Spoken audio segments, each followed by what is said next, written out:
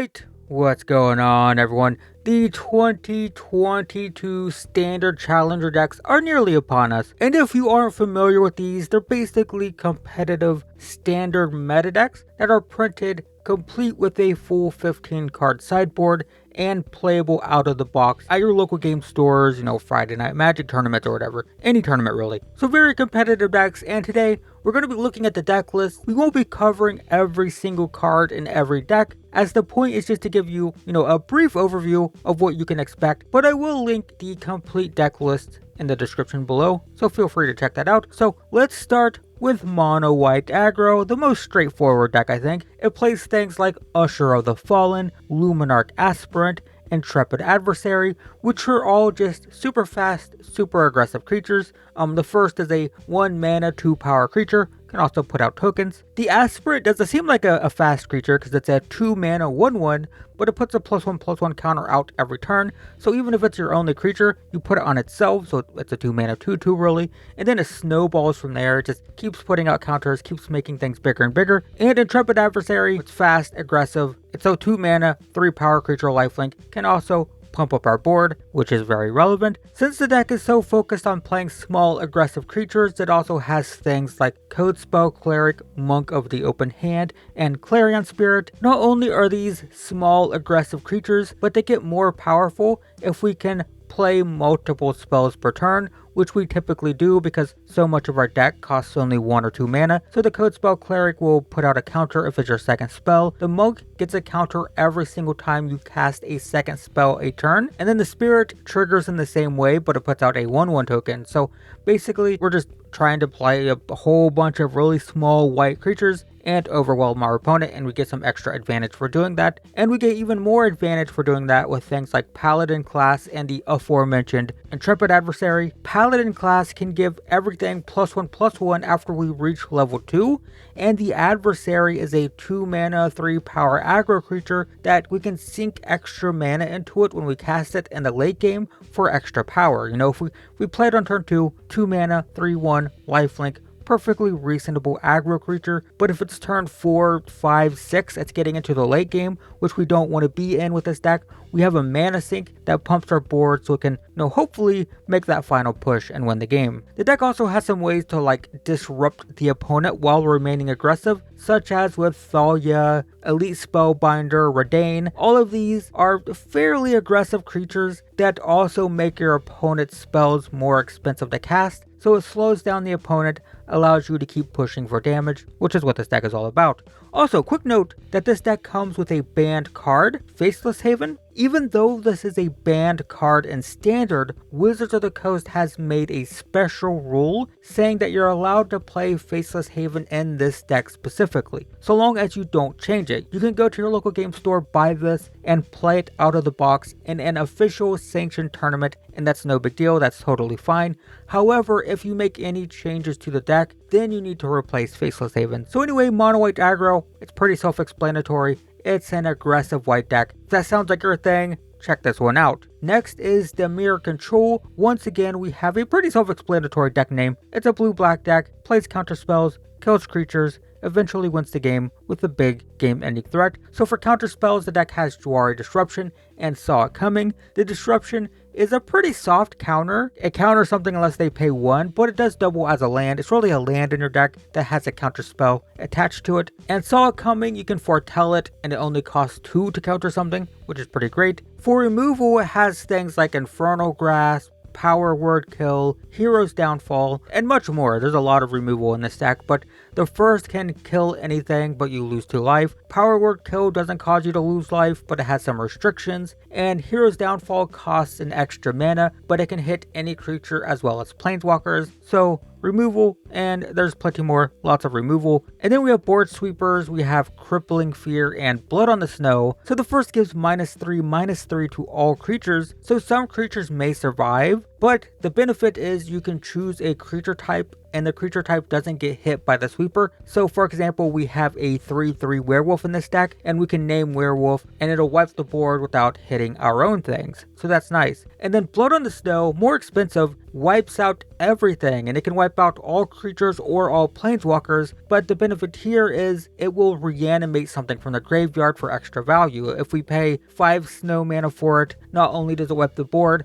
but it can get a 5 drop back from our graveyard right back onto the battlefield. As for how the deck wins, the big ones are Emerith, Desert Doom, and Hullbreaker Horror. Both are exceptional top-end threats for control decks. The dragon is difficult to target initially with Ward, and then when it deals damage, it draws cards, which what do you want to do in a control deck? You want to draw cards. So when your threat, when your game-ending threat is drawing you, more counter spells and stuff, that's pretty great. And then the Kraken, first off, it has Flash, and it can't be countered. That's great. You can cast it at the end of turn. You can cast it when your opponent's attack, and it's a surprise blocker, so it's a sort of removal spell. All kinds of utility with Flash and the uncounterability. But then when it's in play, it will bounce permanents or spells to the opponent's hand whenever we cast something. So basically, let's say the opponent tries to hit our Kraken with a removal spell, we could play a removal spell of our own, kill one of their creatures, and then bounce that spell back to their hand. It basically adds an extra layer of text on all of our spells,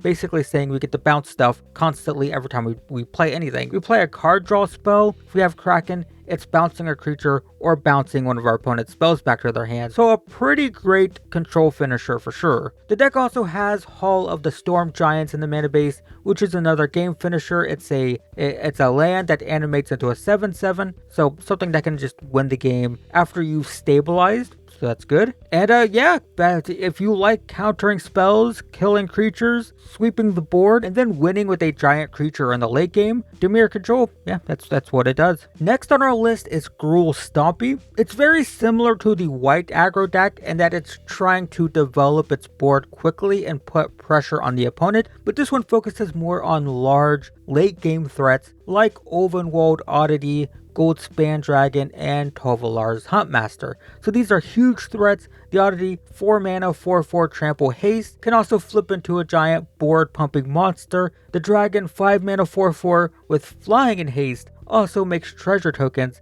And the Huntmaster is very large and also brings some friends along, produces some tokens, and if it flips, it starts producing those tokens every time it attacks. So the idea here is that these are big and powerful, right? They're stompy creatures. They are Gruul Stompy creatures. It also has ways to make your creatures even more powerful with things like Hannah and Elena and Ranger class. The creature will dish out counters based on its power every combat, and the enchantment makes a 2/2 wolf when you play it, and if you level it up, it's going to put out a +1/+1 counter whenever you attack with something. Both of these are pretty good at snowballing. They both, make our creatures progressively bigger and allow us to kind of dominate the board, which is what a Gruul Stompy deck is usually trying to do. However, the problem is, even though all this stuff is super powerful, it's also kind of expensive. So the deck plays Jaspera, Sentinel, and Magda to help ramp into these Stompy threats. The Sentinel is a mana dork that needs to tap another creature to add mana, and Magda, when it's tapped,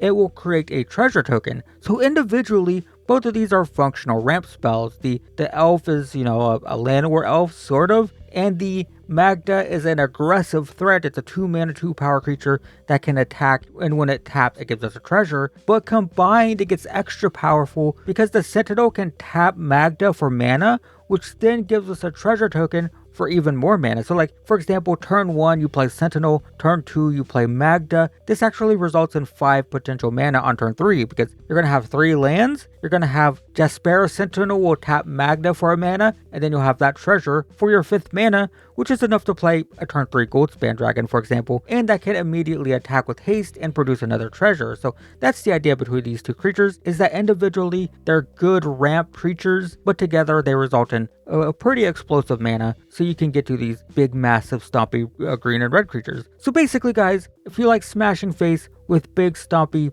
Gruul creatures, you might want to look into Gruul Stompy. That's what it's all about. You're looking to play giant werewolves and dragons and stuff and just smash face with them. Our final deck is Rakdos Vampires, which sounds like a simple, straightforward tribal deck, but there's actually a lot going on with this thing. So first off, in terms of vampires, it does play things like Blood Tithe Harvester, Vampire Socialite, Florian. These are all pretty typical, vampires. It's what you would expect. We have a 2-mana 3/2 that puts out a blood token, can also be sacrificed to kill a creature. The Socialite will dish out counters when it enters if the opponent lost life to all vampires, right? So it's a vampire tribal kind of a lore type of thing. And then Florian is a card advantage machine. When you deal damage or when the opponent loses life specifically, you get to look at cards off the top of your library and cast them. So we're really good at digging through your deck for more vampires. So it seems like a pretty straightforward vampire deck, right? But then we have Sockins and Smelter, Voltage, Surge, and Onicult Anvil, which is what?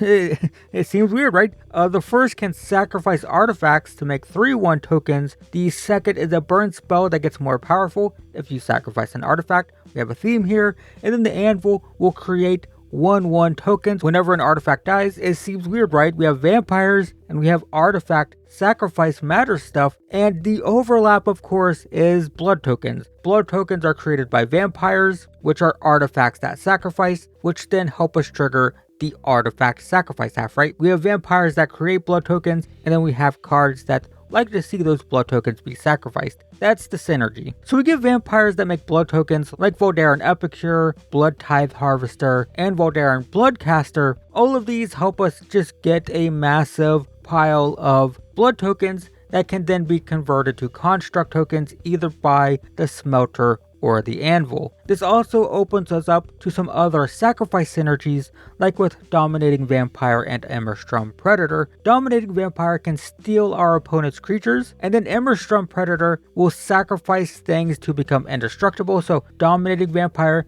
can steal a creature, Emmerstrom Predator can then sacrifice it. And also note, people kind of overlook it, but the Predator is a vampire dragon. A lot of people miss that. In fact, I kind of missed that. When Crimson Vow first came out, I thought it was weird that vampire decks were playing Emmerstrom Predator, and then I realized that it's a vampire. So that makes sense. So anyway, while vampires are traditionally aggressive, this deck is a little bit more mid-rangey. And if you want to see this deck in action, I think it's kind of necessary because it seems kind of weird. I actually played all the decks, but I played this deck on the channel and was actually quite impressed with how grindy it could be. So I'll try to remember to leave a link, but I do have a gameplay video with this deck. And it's less of a tribal aggro vampire deck and more of a super grindy mid-range deck. It's all about creating blood tokens, sacrificing them, and just generating a ton of value, really. But anyway, guys, if you like the idea of a Rakdos mid-range deck that's built around tribal vampires, blood tokens, and artifact sacrifice synergies, Rakdos Vampires, it's a weird and interesting deck for sure. Probably not what people expect. I expect that a lot of people are going to buy this just thinking it's a tribal vampire deck, not realizing that it's actually like half a tribal vampire deck and then also a grindy, mid-rangey artifact sacrifice deck. But I guess if you're watching this video, then you'll at least be aware of that. So yeah, anyway guys, those are the challenger decks for 2022. Honestly, not a bad batch. I made a video talking about it. I think this is one of the better batches in years. It's definitely better than the last couple years, probably. So not bad. Somewhat awkward that one of them has a banned card in it. That's a big whoops. But besides that, pretty decent. So be sure to let me know in the comments which deck you're most interested in. If you're looking for upgrade guides, we will be doing that soon. If you're watching this when I release a video, potentially in a week or so, next week. And if you're watching this later, then they might already be up, but upgrade guides definitely coming soon. But in the meantime, thanks for watching. Hope this was useful, and I will see you in the next one.